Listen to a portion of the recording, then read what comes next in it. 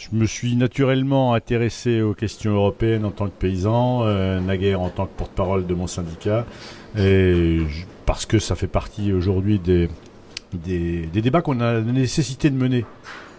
Certains sont contre l'Europe en toi, ce qui est idiot. Même si l'institution Union européenne venait à sombrer, l'Europe, elle existerait toujours.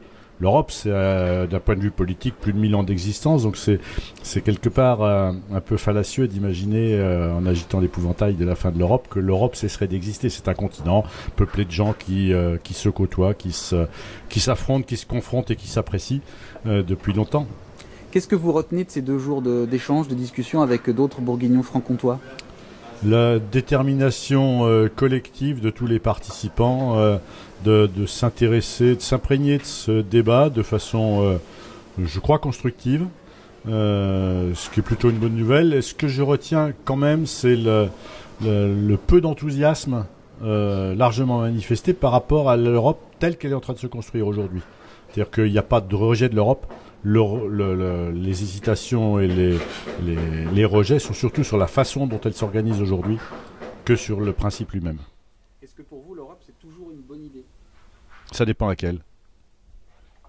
Donc moi, si la question posée comme ça n'a guère de sens, puisque dans le mot Europe, il y a l'idée d'un continent géographique.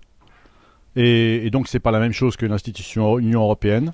Et donc la seule chose qui importe par rapport à l'Europe, c'est de donner dans une construction politique quelque chose qui puisse donner un sens à l'ensemble des citoyens européens. Je suis pas sûr aujourd'hui que le chemin qui a été pris de mettre la concurrence au cœur de la construction de l'Europe soit porteuse d'un avenir serein. Moi, je serais plus partisan d'une Europe dans laquelle on met en avant la coopération, la solidarité nécessaire, et intra-européenne et internationale, plutôt que la concurrence et la compétition. Est-ce que vous avez le sentiment que les citoyens ont suffisamment d'informations, d'éléments, de clés pour comprendre les grands enjeux qui s'offrent à l'Europe?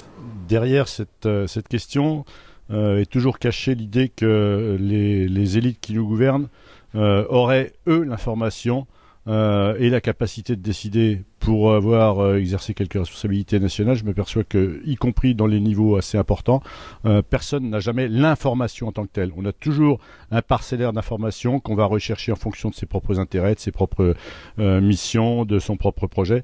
Et donc, il ne faut pas opposer d'un côté les citoyens qui n'auraient pas l'information et les décideurs qui, eux, l'auraient et seraient naturellement détenteurs de la vérité.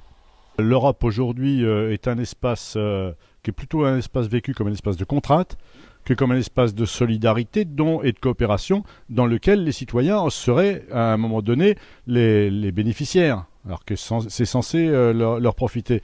Le constat qui est fait aujourd'hui, c'est que cette Europe est de plus en plus inégalitaire et qu'elle est perçue, je ne dis pas que c'est la réalité, comme un outil qui détruit l'industrie, qui détruit l'agriculture, qui est en train de détruire une partie des identités culturelles, supposées d'ailleurs, à tort ou à raison, mais la question c'est pas de savoir pourquoi si c'est perçu comme ça, mais savoir pourquoi c'est perçu comme ça. Une dernière question, vous êtes agriculteur. Oui. Est-ce que pour vous, le cadre européen, c'est plutôt une chance ou une contrainte? Le cadre européen est une chance. Pour moi, il n'y a pas d'ambiguïté à ce sujet. Historiquement, la construction de l'Union européenne assise, ça a été une chance, notamment pour les paysans français, puisqu'on avait une complémentarité entre des États qui n'avaient pas assez de nourriture et d'autres qui en produisaient trop, la France. Et aujourd'hui, il n'y a pas d'avenir pour l'agriculture française, indépendamment du cadre européen, mais ce cadre devrait être dans lequel on se situe, et non pas la concurrence internationale qui met en compétition les paysans français allemands avec les paysans du reste du monde.